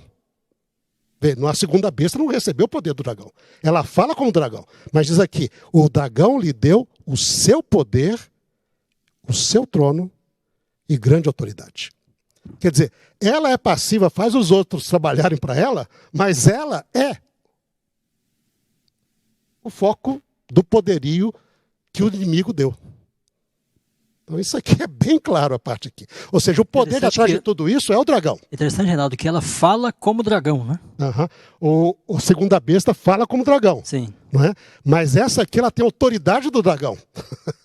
É que aí, pastor, uma coisa importante que o senhor está falando, que ela dá a base estrutural para o outro agir. Sim. E aqui é o grande ponto. Então, a autoridade doutrinária, a autoridade para se legislar, não está baseada numa nova visão. Está baseado naquela mesma visão. Por isso a imagem ela imita aquilo que já está ali, não é? Então, e você vê, essa situação ela é muito interessante, porque ela toma essa autoridade e ela aqui, com todo o poderio, que é esse poderio político, religioso, que vai se unindo e se formando no mundo, não é? E que esteve na Europa durante toda a Idade Média, e quem discordava morria, milhões morreram, queimados na estaca, executados, enterrados, empalados, enforcados, tudo isso aconteceu. Né? Você não tinha margem. E não era simplesmente assim, eram todos os tipos de pessoas que não aceitavam, estavam fora da sociedade. Por quê? Porque trabalhava numa sociedade onde a eclésia, a igreja, era o poder. E aí você existe, vamos dizer assim, a autoridade eclesiástica se passa através do poderio político, religioso e etc. E aí realmente não há tolerância nenhuma. Não é? E esse tipo de situação é que aqui Deus nos adverte através de João. Isso aconteceu na Idade Média. Okay? Isso vai voltar a acontecer novamente no final do mundo. E essa autoridade que aconteceu na Idade Média continua ainda com bastante respeitabilidade e autoridade e referência diante do mundo. Okay? Até o final dos tempos. Então, isso que é a peça. Esse poder que é comparado lá, que vai aparecer com o último animal, a ponta pequena, não é? Que surge, e que é um poder que vai continuar. E necessariamente aqui não quer dizer, aqui uma coisa talvez os irmãos e pessoas que não acompanham têm de fazer bem claro. Isso aqui não está falando acerca de pessoas, de indivíduos. É exatamente isso que eu ia lhe perguntar agora. Não pessoas de indivíduos. Okay? Isso é um poder que dura milênios. Quer dizer, não é um indivíduo. A pessoa, o indivíduo, Jesus e a palavra de Deus nos diz, nós não podemos julgar ninguém. Deus julga cada um segundo a luz que recebe, Deus conhece a vida de cada um, nós não podemos julgar. Okay? Mas existe um movimento, existe um sistema de poder que atravessa os séculos, que tem a sua lógica, que tem a sua maneira de trabalhar, sua perspectiva do mundo. Okay? E este poder, ele considera que a religião tem de dominar sobre o Estado. E quando isso acontece, acaba a liberdade, acaba a tolerância e começa automaticamente perseguição. Quer dizer, então, segundo toda essa descrição da besta que emerge do mar, esse é o poder romano, então. Seria, nós falamos, é o poder não somente da igreja, porque a igreja é um dos elementos ali, mas a igreja com autoridades, a parte forma esse poder representado que nós chamamos o poder do, vamos dizer, o catolicismo papal, mas que vê-se como poder para controlar e dominar o mundo, assim no sentido de autoridade referente. Okay. Porque na imagem que foi desenvolvida nos primeiros séculos, através dos pais da igreja, a ideia que é normal é que, entre eles, é que o reino de Deus é a expansão da igreja e sua autoridade sobre toda a terra. Aí o reino de Deus se estabelece sobre a terra. Então essa é uma imagem que surgiu entre os primeiros pais da igreja e que se tornou parte fundamental do psicológico e da visão da igreja. Quando o Constantino se converteu, e o pessoal vê, olha, até acreditava que o milênio já tinha começado. Constantino, agora nós temos um milênio onde Deus reina sobre a terra, através do vigário de Cristo, que está aqui para poder representar a Cristo. Okay? Mas aí a profecia nos diz que esse tipo de mentalidade que surgiu e que vai continuar até o final dos tempos, no entanto, não é aquilo que Deus, não é representante do reino de Deus. É um poder que estabelece a intolerância e a perseguição. E faz isso, a perseguição da mulher que está ali em Apocalipse 12, passa através desse tipo de mentalidade. E surgiu através dos séculos e vai ficar até o fim. E vale salientar que mulher é igreja. Okay? Muito bem. Olha, fantástico, fantástico. Eu acredito que você não tinha ainda estudado dessa forma, com essa exposição. Mas o texto não para por aí, porque o texto aqui, pastor Adriano Emili, apresenta a besta que saiu da terra. Quem é essa besta? Como a gente pode identificá-la? Bom, muita coisa já foi dita, né? A gente só vai amarrando e acrescentando algum ponto ou outro. Mas é interessante notar, na estrutura que o pastor Jean coloca, ele fala do dragão e seus aliados, né? E essas bestas funcionam como aliados. E a maneira como esse dragão se relaciona com esses aliados, muitos intérpretes, eles fazem uma leitura muito curiosa, porque eles detectam no trabalho do dragão com os aliados uma paródia, uma contrafação da Trindade. Onde o dragão, por exemplo, ele confere autoridade à besta do mar. E Jesus diz, né, toda autoridade me foi dada. É a ideia do pai para o filho. E a besta da terra faz com que todos adorem a besta do mar. Então você tem a ideia do dragão como a contrafação do pai, você tem a besta do mar como contrafação do filho, é o anticristo, né, o próprio nome já diz, e a besta da terra funciona como o Espírito Santo nessa história. E é curioso que quando a gente olha o cenário da Trindade, Jesus mesmo diz que o Consolador viria para dar testemunho dele, para fazer lembrar todas as coisas que ele havia ensinado. Então o trabalho do Espírito é sempre levar as pessoas a Cristo, a adorarem a Cristo. E é o trabalho que a besta da terra vai fazer em relação ao anticristo. Ela vai levar e conduzir naquilo que os pastores já colocaram aqui, não é? Vai conduzir essa adoração para a besta do mar. Não é? Então ele vai fazer com que os habitantes, aqui em Apocalipse 13, 12, com que os habitantes da terra adorem a primeira besta. Ela está conduzindo uma adoração, ela faz vários sinais, não é? Uma ideia ali, o Espírito Santo habilita os sinais no livro de Atos, por exemplo, né? Fogo descer do céu, uma imagem também. Então há aqui uma paródia, digamos, da Trindade acontecendo nessa contrafação do trabalho do dragão com os seus aliados, né? Obviamente, também já foi mencionado que o texto começa falando que a besta da terra parece boazinha de início. É na terra, exatamente, nessa terra, que a mulher ela é abrigada no contexto de perseguição. Ela fala como cordeiro, né? Então, tudo parece bonito, parece cordeiro, melhor dizendo, mas fala como dragão. É um falso profeta, no fundo, né? Como ele vai ser reconhecido em 16:13, 19:20 e 20:10. Ela tem a autoridade da primeira besta e faz com que elas adorem a primeira besta, cuja ferida mortal foi curada. Tem o engano ali dos sinais. Aliás, é interessante notar nesse cenário todo que são duas armas principais do inimigo. É a arma do engano e é a arma da coerção. A coerção sendo a força e o engano sendo algo, quem sabe, um pouco mais sutil, não é? Ele seduz todos os reis da terra aqui, os que habitam na terra, por causa desses sinais. E aí vem a ideia de fazer ali a imagem, não é? Vem também a nossa mente aqui Daniel de novo, né? A imagem que é levantada para adoração. E nós temos... É curioso que em Isaías as imagens elas não têm vida, e é isso que Deus acusa, né? As imagens não têm vida, mas aqui, nessa paródia, ela recebe vida. Lembra que é o espírito da vida, né? Na linguagem bíblica, o espírito é vinculado à vida. Ele vai fazer morrer os que não adoram a imagem. Deixa eu só fechar meus comentários com algumas citações de Ellen White que vão também pontuar alguns outros elementos aqui. Eu sugeriria para você que está em casa, anote aí para uma leitura posterior, o grande conflito, por exemplo, dá uma lidinha no capítulo 25, que vai estar tratando da imutável lei de Deus, nas páginas 440 até 450. Ellen White vai falar bastante sobre isso e dar detalhes.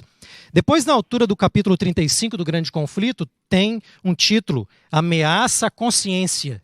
E aqui está também um foco grande. E ela vai dizer o seguinte, na página 478. E é bom usar Ellen White porque é uma americana falando dos Estados Unidos, né? É um brasileiro aqui falando dos Estados Unidos. Então, ela está colocando aqui, olha, os Estados Unidos são o poder representado pela besta de chifres, semelhante aos do cordeiro. E olha só o que ela vai falar aqui. E esta profecia se cumprirá quando aquela nação impuser a observância do domingo. Nós estamos falando de um tempo futuro, não é? Ela vai aqui falar também que existe um rápido progresso na direção do cumprimento da profecia. Ela já está vendo sinais, desde a época dela, com leis dominicais, não é? E ela vai colocar assim, agora no livro Eventos Finais, anota aí o capítulo 9, Leis Dominicais. Vai dizer assim: a América protestante terá então formado uma imagem da hierarquia romana, apontando para essa lei dominical como marco, não é? No próprio ato de impor um dever religioso por meio do poder secular, formariam as igrejas mesmas uma imagem à besta. Então aqui você tem na página ali 131, Eventos Finais. Um outro elemento que é relacionado com uma fala do pastor Dornelles anteriormente, eu estou na altura da página 132, como é que isso vai acontecer no contexto político? Ela dá algumas dicas, e ela fala assim: a fim de se fazerem populares e conquistarem a simpatia do povo, os legisladores hão de ceder ao desejo deste de obter leis dominicais. Então a política não muda, né? De adquirir aí a simpatia do povo.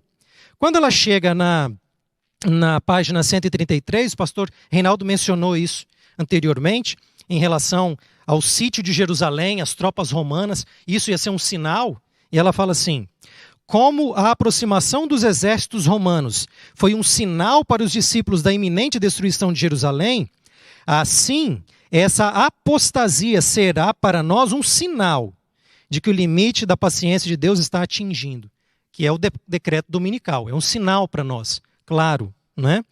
E aí ela vai dizer: quando o Estado usar o seu poder, eu estou na altura agora da página 134, quando o Estado usar o seu poder para impor os decretos e amparar as instituições da igreja, então a América protestante terá formado uma imagem. E aí aqui para fechar, ela diz assim: conectando com uma fala anterior do pastor Vanderlei. Quando a América, o país da liberdade religiosa, se aliar com o papado, a fim de dominar as consciências e impelir os homens a reverenciar o falso sábado. Olha só a ideia mundial aqui. Os povos de todos os demais países do mundo hão de ser induzidos a imitar-lhe o exemplo. Então, o foco, de acordo com Ellen White, está nos Estados Unidos. É ali que as coisas acontecem e depois há, digamos assim, uma imitação, para usar a linguagem dela. Uma imitação mundial. Então, é bem interessante, coisas que os colegas já colocaram, a gente só está situando aqui na literatura de Ellen White. Pois não, pastor. Não, só é interessante, eu acho assim maravilhosa a profecia. Porque nota o seguinte, para a pessoa que espera a vinda do anticristo, a profecia responde, o anticristo apareceria no momento da queda do Império Romano. Está lá. Então, você não precisa ficar esperando. Ele não vai vir, ele já veio. Quem? Mas ele é uma pessoa terrível, não, ele pode ser uma pessoa boazinha. Lembra? O anticristo, ele imita Cristo. Ele não imita o inimigo. Se ele tem a autoridade do inimigo, mas ele imita a Cristo. Então ele representa a bondade, o carinho, o amor. Não é? O poder faz fazer isto. Representando a Cristo, não o inimigo. Okay? Então é interessante isso, porque você não precisa esperar um negócio terrível. Pode ser algo bom. Okay? Não, como diz, não falando de indivíduos, mas falando do poder em si. Então já veio. Então você não precisa esperar outro. Esse poder, como falando sobre a besta que surge da terra. É interessante ver, quando eu me tornei adventista, e eu dei esse estudo bíblico com um colega meu, que era universitário, ele falou assim, Reinaldo, esse negócio aí tá... O irmão dele falou, Reinaldo, esse negócio aí está meio fora. Onde está a Rússia aí? Você está falando só de América, onde está a Rússia? Hein? E na época, 1979, a Rússia era muito forte ainda. Eu falei assim, olha, meu amigo, a profecia fala bastante da América, não focaliza outros, não. E depois, quando você passou os anos, o que aconteceu? A gente já falou aqui. Né? Caiu. Pode voltar a ter importância a Rússia? Pode. Okay? Mas o foco está na América. E o sinal que aparece não é nenhum conclave, etc, etc. É o decreto dominical pelos Estados Unidos como país. Este é o sinal. Não é nem coisa secreta acontecendo aqui, nem nada. Vai ser algo bem público. Algo declarado pelo Congresso americano, apoiado pela Suprema Corte americana e proclamado pelo país. Nada secreto. O que me espanta nisso na profecia é que nenhuma delas é secreto. Nada é secreto. O anticristo é bem conhecido historicamente. O país que levanta para apoiar é bem conhecido também, é mundial. E o decreto vai ser bem público. E quem está fomentando são as igrejas. Não é nenhum movimento secreto de entidades secretas. Não. Isso aí, você chega lá, você tem isso, você recebe. Eu recebia publicidade o tempo todo lá. É um movimento que existe religioso para unir todas as igrejas, da qual a Igreja Católica também participa, e os evangélicos, chamado Nós Precisamos Trazer a América de volta a Deus através das leis do país. E isso é público, nada secreto. Isso é dito abertamente, isso é vinculado abertamente, é pregado nas campanhas políticas também. Okay? Nada secreto. E eu queria fechar aqui essa live com uma pergunta ao pastor Dornelles. A gente ouviu muita coisa e a gente percebeu, através de diferentes insights, como que os eventos eles se sucederão de forma organizada, como tudo culminará com um processo no livro do Apocalipse, onde acontece a queda de Babilônia. Caiu a grande Babilônia. Então, pastor Dornelles, o que tem a ver essa queda de Babilônia com essa chamada nova ordem mundial? Na verdade, como a gente pode finalizar esse nosso último momento aqui, fechando com esse conceito? Tem alguma coisa a ver? A grande verdade é que ela cai. Muito bem, o tempo está adiantado, mas só um segundo permitindo uma merchandising. Né? Quem tem interesse mais no assunto, eu recomendo buscar o livro O Último Império, A Nova Ordem Mundial e a Contrafação do Reino de Deus. Está no Amazon, está na CPB, e você pode buscar em inglês, em espanhol e em português. A Nova Ordem Mundial e a Contrafação do Reino de Deus. Há pouco tempo, pastor Elias, eu li uma entrevista com um vaticanista, e ele fez uma ampla pesquisa sobre como os cristãos, ou o cristianismo, está influenciando os governos de direita no mundo. Pensando no caso do Bolsonaro, Donald Trump, né? Vladimir Putin e outros europeus. Então, ele diz que há um ressurgimento, né, de um conservadorismo na política, através dessa direita, né, que aí está. Ele diz, e as igrejas, ou o cristianismo, está orientando e influenciando esses governos. Bom, isso é tudo que nós dissemos aqui, né? Aproximação de igreja e Estado. E é disso que trata Apocalipse 17, a mulher montada sobre a besta, né, é a união de igreja e Estado. É interessante que no capítulo 16, o profeta diz assim, que ele vê os 3 espíritos e eles se dirigem aos reis. Então, neste contexto, os reis e os espíritos estão separados, estão distanciados. E os espíritos estão em busca dos reis. Os espíritos representam o poder religioso, os reis o poder político. Agora, quando avança para a visão do capítulo 17, mostra que eles foram bem-sucedidos no empreendimento deles. Porque aí os espíritos têm seu paralelo na mulher, em Apocalipse 17. E os reis estão na figura da besta. Então, os espíritos buscaram os reis e conseguiram montar sobre eles. Domaram, né, os reis, assim como se doma um animal. Por isso, a besta aqui, né, está a serviço agora da mulher. É interessante aí perceber que a gente fica às vezes com a ideia do catolicismo, o papado, relacionado com a besta, mas quando a gente chega no capítulo 17, aí os símbolos mudam um pouquinho. E a mulher representa o poder religioso das religiões todas, incluindo, né, o catolicismo. E a besta representa o poder temporal, civil, dos reis. Né? E então a mulher domina sobre a besta e a besta fica serviçal da mulher. O pastor Reinaldo mencionou aqui, o catolicismo até pode dizer, nós não matamos ninguém, foram os reis da Europa que mataram, né? A nosso manda, é verdade, mas foram eles. Né? E aqui é a mesma coisa, os reis cumprem a agenda da mulher. Até certo ponto, até certo momento, né? Porque a queda de Babilônia, como descrita na 6ª praga, com a secagem do rio Eufrates, né? Então ela é explicada no capítulo 17 e 18, e aí o versículo 16, né? 17 e 16 é bem ilustrativo, porque diz assim, os 10 chifres, olha, toda essa multiplicidade de poderes, né? E a besta, o império, vão odiar a meretriz. Então ela esteve montada sobre eles durante um período, e daí eles a lançam sobre o chão e pisam sobre ela. Então o juízo dela é determinado por Deus, mas quem executa, aí volta para a moeda do outro lado, né? Quem executa são os reis da terra. Ela pode dizer, olha, eu não matei ninguém, foram eles que mataram, é verdade, é meu mando, né? E eles vão dizer, olha, não, Deus pode dizer, eu também não matei a mulher. Quem matou foram os reis, né? A meu mando, é verdade. E isso aqui nos faz lembrar, né? Veja, então há toda essa estrutura de poder, como nós descrevemos, né? O poder religioso domina sobre o poder civil, persegue o remanescente, como Jean descreveu ali, né? E às vezes você fica pensando, bom, então o remanescente de Deus vai sofrer sob esta perseguição. E a gente fica com aquela mentalidade, né, pessimista e às vezes aquela mentalidade de perseguição, e é verdade, isso vai ocorrer, mas até certo ponto. Porque qual é o destino da mulher? Ela será pisada pela besta. E aqui a gente pode se lembrar de alguns eventos anteriores. Por exemplo, lembra do evento de Daniel no Império agora dos persas, né? Então os sátrapas conseguiram com Dario, né, um decreto, e aí surpreenderam Daniel, foi acusado de ser desleal com o imperador, com o rei, né? O rei Dario. Daniel foi levado à cova dos leões, e Deus o protegeu, e no fim, quem é que foi para a cova dos leões? E a mando de quem? Bom, olha só, Daniel capítulo 6, versículo 24. Ordenou o rei e foram trazidos aqueles homens que tinham acusado Daniel.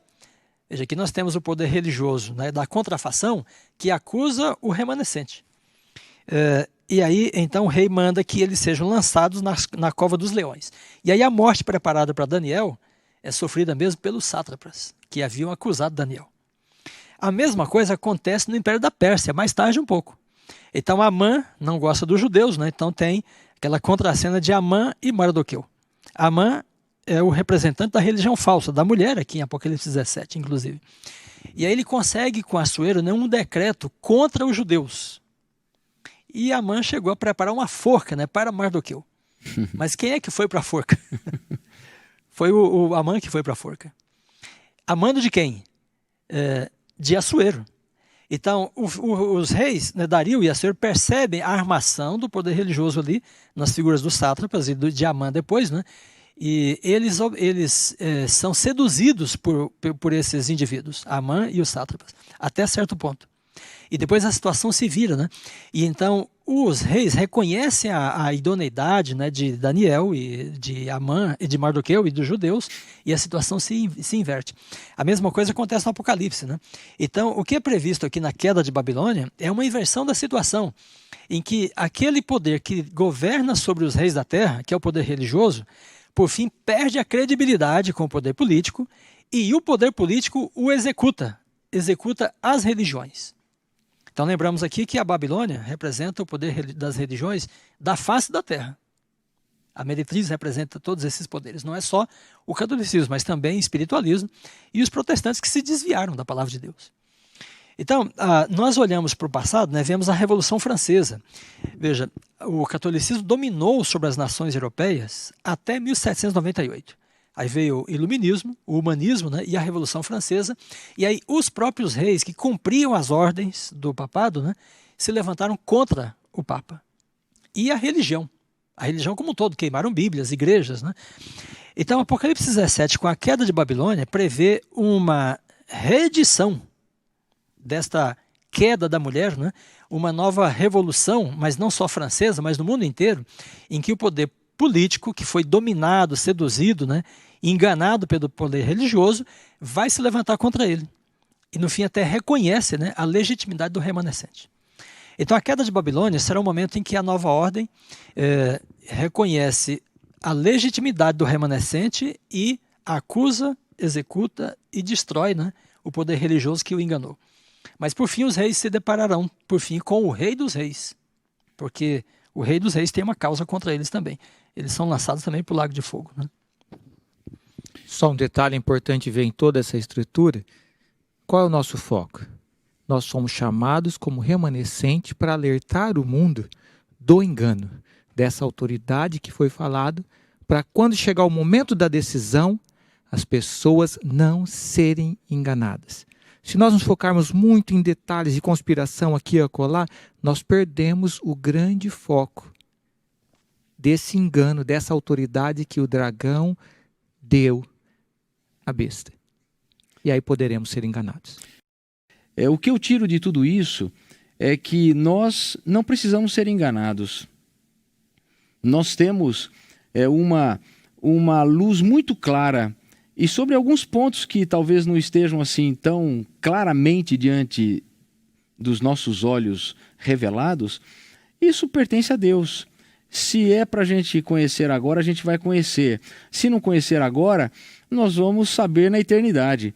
Isso é o que importa, mas aquilo que é o essencial para a nossa vida espiritual, para o nosso preparo para a volta de Jesus, para a nossa experiência cristã, nesses últimos dias da história da humanidade, que a gente sabe que são esses que nós estamos vivendo, até porque a profecia diz, é nos dias desses reis que o reino eterno de Deus será estabelecido. Então nós podemos estar certos de que nós estamos vivendo nesse tempo. Esse é o tempo presente, esse é o tempo do remanescente se preparar, esse é o tempo de todos nós estarmos focados, porque Jesus está voltando. Agora, na próxima live, nós iremos tratar de um assunto muito interessante. O próximo final de semana, aguarde aí que nós vamos ter mais um momento de um profundo estudo sobre esse tempo do fim e o preparo do remanescente para a volta de Jesus. E as atitudes que precisamos ter diante de algumas coisas que acontecerão em nossos dias. Eu acho que é isso. Eu quero convidar então pastor Adriane Mille para encerrar para nós esse momento com uma oração. Por favor, pastor. Oremos. Nosso amado Senhor, nós queremos louvar Teu nome porque o Senhor revela a nós os principais eventos da história final deste mundo. Mas ao meditarmos nestes eventos finais, nós encontramos a profunda reflexão acerca do Rei dos Reis e o Senhor dos Senhores, maior do que qualquer reino, qualquer ordem, qualquer império que possa se arrogar ou se levantar neste mundo. Nós encontramos na Tua palavra a mensagem de que o Senhor é aquele que vai estabelecer o Teu reino nessa terra. E nós queremos estar preparados para esse reino, Pai. Queremos também cumprir a nossa missão como remanescente de pregar essa mensagem às diferentes pessoas, para que juntos possamos estar nos preparando para a Tua breve volta. Esteja conosco, especialmente nessa nova semana que se inicia, para que possamos viver os princípios do Teu reino e também pregar sobre ele para as pessoas que estão ao nosso redor. Pois é no nome de Jesus que pedimos. Amém. Amém. Que Deus abençoe você. Uma ótima semana. Um grande abraço.